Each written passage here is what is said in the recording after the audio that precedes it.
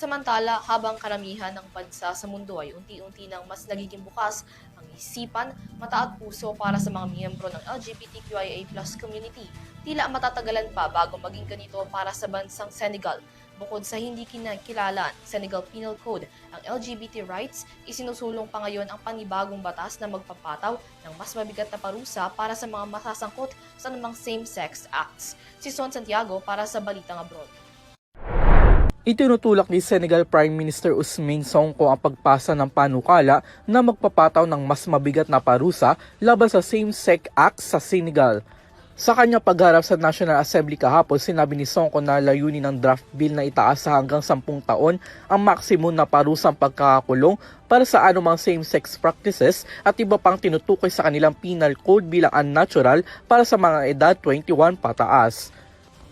Bukod sa pagkakakulong, maaari ring pagmultahin ng mga mapatutunayang nagkasala ng mula 2 milyon hanggang 10 milyong francs o katumbas ng mahigit 200,000 hanggang 1 milyong piso.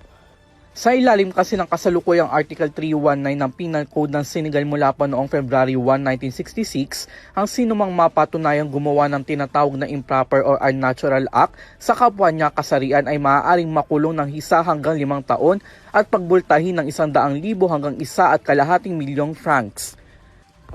Naaprubahan na ng Council of Ministers ang draft law, ngunit kailangan pa itong pagtibay ng kanilang parlamento bago tuluyan maging batas.